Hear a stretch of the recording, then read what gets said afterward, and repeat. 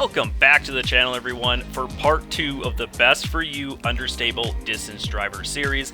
This time, we're going to be taking a look at the DGA Rogue. We're also going to look at the Discraft Hades, as well as the Discraft Nuke SS. Now, if you haven't seen part 1, go check it out. I'll put a link in the description, as well as at the end of this video, and I will be referencing those discs throughout this video. Now, the Rogue, it does have a slight dome to it, but it's very comfortable. Has the smallest rim of this grouping, second smallest overall. Perfect for those for smaller hand players. Hades, some are semi-dome to pop top, but it has a very shallow feel. Versus the Nuke SS, holy crap, is the rim extremely wide. You can see it's the widest, 2.5 centimeters. It's a fast disc. And the one that I have is very flat. However, I have heard there can be some domey ones.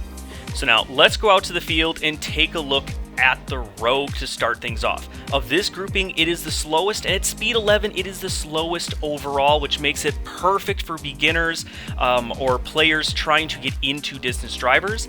But it also has this really late sneaky stability, especially in the SP plastic. In the Proline plastic, it's a lot straighter with a harsher fade. But in this SP plastic, it is perfect for flex shots. But if you give it air, it's gonna fight its way back. But that allows this disc to cover a wide variety of shots for players of all skill levels. Give it a little ante, it's gonna be perfect for nice sweeping flex shots. Again, having that late stability so it'll come out of it. For bigger arm players, it's going to hold turnovers the entire way, all the way to the ground.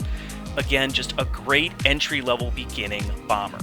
Now, let's go ahead, take a look at the Hades, and for slower to medium arms, the Hades is probably the easiest to throw, mainly because out of the hand, it is the most understable. So even players with slower arms can get this thing to hyzer flip. They can get a nice flex out of it. It's a very dependable flex disc for slow arms. For medium arms, it is a good big easy flex, but a huge turnover. Will hold a turnover almost the whole way. But again, perfect for hyzer flipping for players of almost any skill level. It'll hold nice sweeping turns. For players with bigger arms, you're going to be using this primarily as a huge sky anhyzer disc like this, as well as for long distance rollers.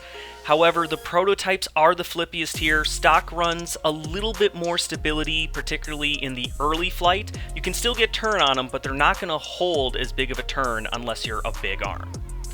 Now, looking at the Nuke SS, the fastest of all 6 of the discs that we're looking at here. Widest rim, the next highest was the Crank at a 2.4 centimeter. This is a 2.5. For me, for medium slower arms, it's going to have great late fade. This is going to work, of all 6 of the discs we've looked at, this is going to work the best when it comes to the wind. It's going to hold up fairly well in the wind. Bigger arms, not so much. Again, this is going to be understable disc. It's going to be a long distance roller, big turnover shot, tailwind bomber. While those of us with slower arms, the Nuke SS is going to be a very trustworthy, understable driver, both in calm and in windy conditions, and can hit just about any shot that you really want, but again, has that great fade at the end. Now let's go ahead, take a look at the Lefty lines and look at them side by side. Starting with the Rogue, again, the most controllable of the 6 discs, also being the slowest speed. It has a great mid-flight turn to it, but give it enough air, it has that sneaky fade back. Hades, even with an early release, look at how much turn you can still get with it. Definitely proving that it's great for beginners because of how much understability it has early on in the flight. The Nuke SS, it's great for players, I think, with bigger arms. It's going to be a great turnover disc. For me, I can't get it a whole lot of turn. It does still have a little bit, but it has that really strong finish, probably the harshest of all the 6. Now, I didn't throw the other ones on this hole, but mapping out the lines from the previous video, you can see the Tempest has the most mid-flight turn, which is what I had mentioned. It was the best of the flex discs because of that mid-flight turn. The Thrasher, again, has great understability in the mid-flight and has enough late stability to pull itself out of it. Versus the Crank SS, very similar to the Nuke SS, but it does have good turn in the mid-flight, but then a really strong finish. So overall though, which is the best for you? And for looking at all discs, I mean, this is really going to come down to preference and what you're looking for. If you're looking for an entry-level driver, you're going to want to look at the Rogue, the Thrasher, or the Hades. They are by far the easiest to throw for beginners. The Rogue just overall is a great neutral distance driver. The Hades, again, has the most understability right out of the gates, versus the Thrasher is going to be more of a point and shoot, kind of do everything style disc.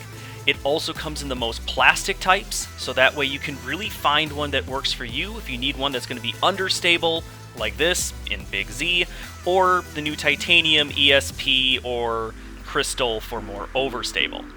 Easiest to hyzer flip, we're going to go with the Hades because of how understable it is right out of the hand. And easiest flex shots, we saw with the Foul Flight, that is going to go to the Tempest. It just has such great mid-flight understability to it with a late flight stability paired up with it. And holding the most torque, we're going to go Crank. It really holds extra torque on forehands really well, as mentioned in the last video. And for most late flight stability, yeah, we're going to go with the Nuke SS, as it definitely does, for at least for players with medium to slower arms. Faster arms, you're really going to want to be looking at the Crank SS, the Nuke SS, and the Tempest. So there we go, everyone. I hope you all enjoyed the videos. I really hope that these are going to be informative to you. There's a lot of information contained in these videos, and I'm really hoping that these two videos are going to help you when you make your decision on what next understable driver you want. If you do want more disc golf content, be sure to check out the Oklahizer disc golf channel as well as the Michael Mayo disc golf channel. And as always, please subscribe if you haven't already, leave a like and a comment down below. Also hit that notification bell so you're notified of any future content. Till next time, keep banging them chains.